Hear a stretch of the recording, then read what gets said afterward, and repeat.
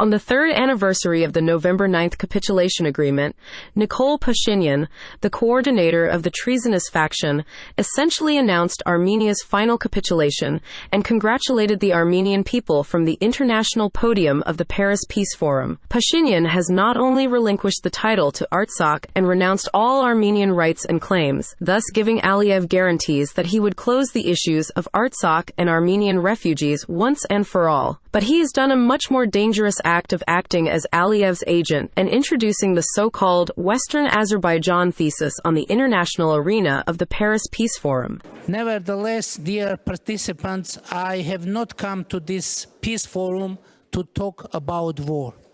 I have come to talk about peace, even though Azerbaijan has started to call the Republic of Armenia West Azerbaijan, after implementing yet the minimum of its plan of Armenian cleansing.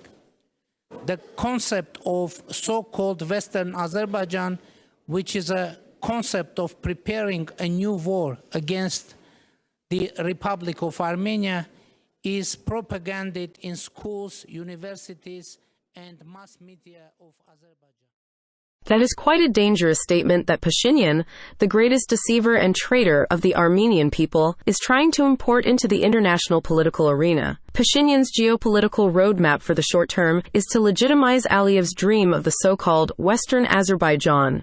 In the long run, it is to reproduce himself as the appointed ruler of Western Azerbaijan, accompanied by his disguised pseudo-pro-Westerners. The far-reaching game plan of the Russian-Turkish scheme is for Pashinyan to implement the surrender of the enclaves in the very near future, and then gradually, region by region, the surrender of the entire country, including Yerevan, after which he will finally proclaim Armenia as Western Azerbaijan. However, an inevitable internal political crisis is brewing in Armenia against the backdrop of Artsakh's surrender, and due to lack of legitimacy and the hatred towards Pashinyan's regime, the National Democratic Alliance demonstrates on a daily basis that it is the only real pro-Western opposition leading the Armenian people and the only viable alternative to the governing treasonous gang. More than ever, the Armenian people are realizing the necessity of revolutionary change and consider that route as the only way to save the country. Moscow is frantically trying to fully implement the Lavrov plan of destruction of the Armenian statehood while it still has influence in the region and can do so through its loyal yes-man Pashinyan. However, Russia also clearly understands that after its open collaboration and premeditated implementation of ethnic cleansing of Armenians from Artsakh, it has completely lost the trust of the Armenian people, who consider it to be an equally genocidal enemy as Azerbaijan. Therefore, realizing that by extension Pashinyan is also being blamed for complicity in the Russian-Azeri plan of ethnic cleansing, Moscow has decided that in order to keep Pashinyan in power, it has no other choice but to rehabilitate Pashinyan by reincarnating him as the new pro-Western and pseudo-anti-Russian kid on the block, who supposedly is moving towards the West. Putin has assessed the situation quite soberly. Therefore, he is betting on rehabilitating Pashinyan as a pro-Western oriented new leader and not his other two options of old and trusted sworn pro-Russian yes-men of Kacharyan and Sarkisyan, since Armenians would never believe that those two have changed allegiance. Pashinyan, on the other hand, is more believable that will sway from one extreme to the other, since all his life he has been an unprincipled populist who has never kept a promise. Kremlin's scenario of rehabilitating and reincarnating Pashinyan is quite obvious.